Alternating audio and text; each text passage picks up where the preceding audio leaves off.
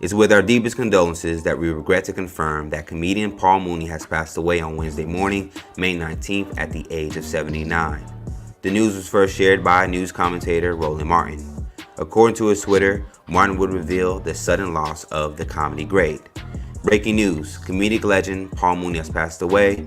His cousin Rudy just called me from Paul's phone and said he's passed away 2 hours ago after suffering a heart attack at his home in Oakland. He was 79. Now, Mooney's Twitter account would soon follow up to confirm the news. Thank you all from the bottom of our hearts. You're all the best. Mooney World, the godfather of comedy. One moon, many stars. To all in love with his great man, many thanks. According to The Hollywood Reporter, Mooney died approximately around 5:30 a.m. Pacific Standard Time. As soon as news broke, many would reply to the news, offering their support and condolences for one of comedy's greatest comedians to ever live. Peers of Mooney, like comedians T.K. Kirkland, Little Rel, Miss Pat, would all take to social media to post news and their favorite Paul Mooney moments. Marlon Wayans would go on to write, "I grew up in Hollywood comedy clubs around comedic giants. None bigger than Paul Mooney. He was brilliant, fearless, opinionated, bold, hilarious, honest, scary, insightful, intelligent, and was a definition of no F's given. I got a chance to have Paul watch me perform a few years ago at Tommy T's in the Bay. It was a special night for me to perform in front of one of my heroes, a legend. Man, my family loved this dude. My prayers are with his entire family, whom I know and love." Break down what you know about Paul Mooney, how you feel, and what do you think his legacy is going to be left behind in comedy? I don't feel anything, man. I stopped messing with Paul Mooney a while ago when I heard he raped Richard Pryor's son. So I don't really mess with the dude. Did he do? Is that something that happened? I didn't even know about that. Yeah, I don't mess around with P. I don't mess around with rapists or children or child rapists or molesters or anything. I don't mess with those folks. So was it confirmed? I don't have any feelings. Was it confirmed? Is it a rumor? Was there some legalities involved? How do we know for sure that's what happened? I mean, Richard Pryor's son came out and said that it happened. So I mean, the kid that was raped came out and said Paul Mooney raped him. So you know. And Richard Pryor didn't mess with him anymore. Apparently, him and Richard Pryor had gotten into it over that a while back, and they weren't cool forever because of that. But so, I mean, when the person that comes out and says they've been raped, we're supposed to believe them. So I'm gonna believe them. And I have no feelings. Well, I'm gonna disagree with you on that part a little bit. I would take what someone says as credence, but I would want to see something because that's a huge accusation, and I would need to see that substantiated with something before. Well, how are you gonna substantiate you were raped as a kid? I guess you can't, but at the same time, we've heard people lie about that, and I'm not victim blaming, but I'm just saying people have lied about such things, so. I don't know too many men that are going to come out and just say they were raped for what? I mean, it's not like he was saying it's Paul Mooney. It's not like he was saying he was raped by Eddie Murphy and he was somehow going to get Eddie Murphy to try and hush up the story and pay him millions of dollars. I mean, it's Paul Mooney. The dude's a working comedian. He's not rich.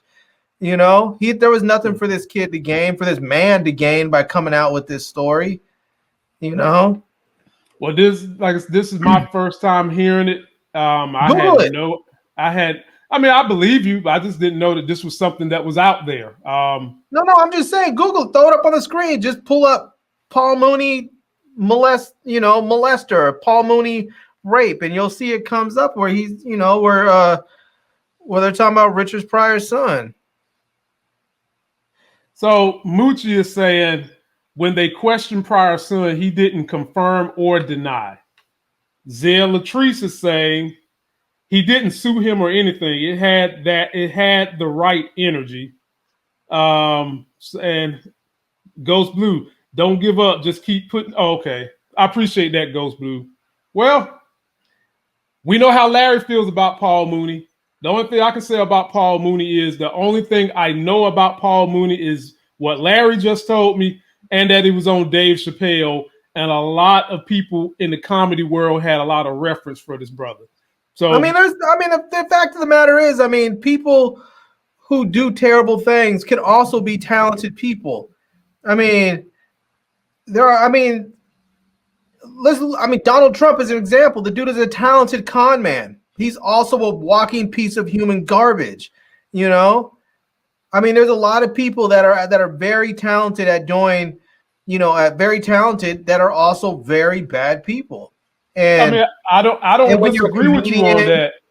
I don't disagree with you on that. But what I'm saying is, it makes it more substantiating for me if we can prove it. I guess that's all I'm saying. I hear you. I get, and this is, part of me, this goes with the whole, and I know I've talked about this before, and people have gotten bent out of shape with me when I say it, but this goes to the whole thing when it comes to males and sexual assault, that it's always, oh, you need to say something more. We need some other further proof, or it didn't happen, or he wanted it, or whatever else. If this was, if a woman, if it had been Richard Pryor's daughter that had come out, I don't even know if he has a daughter, but if he had a daughter and he came out and said she said Paul Mooney raped me, people probably wouldn't even question it.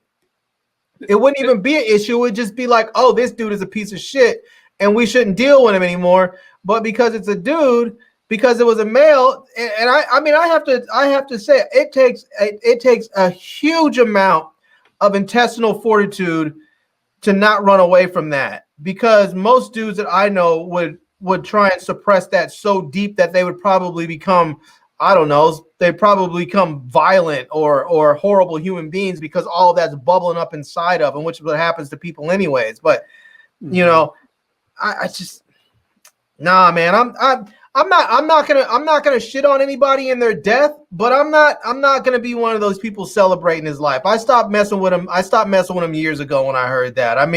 You could be funny, you could be talented, and I still don't have to fuck with you. Yeah. And if you would have said, because this is my first time hearing about this, if you would have said this about Pryor's daughter, I would still have said, you would have still got my same response. Was anything substantiated? How did we know it really happened? That's what I would have said, the same thing. This is for Larry for keeping it 100. While everyone is sending their condolences, this dark part of his past is being forgotten. Thank you, Laney. Laney, that's how we do. I can recall when Kobe died, a lot of people glossed over what happened to him in Colorado. They glossed over it.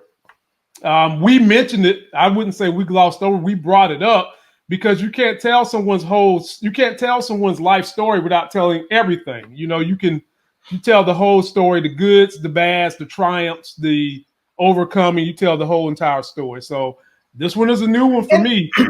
And there's some stories out there that when things happen, there are not just stories, but there are some things that happen in people's lives that once you can say, okay, geez, that wasn't cool, that was terrible. But once you can move on from it, it's not like you can't tell that part of their story and still appreciate who they are and celebrate their life.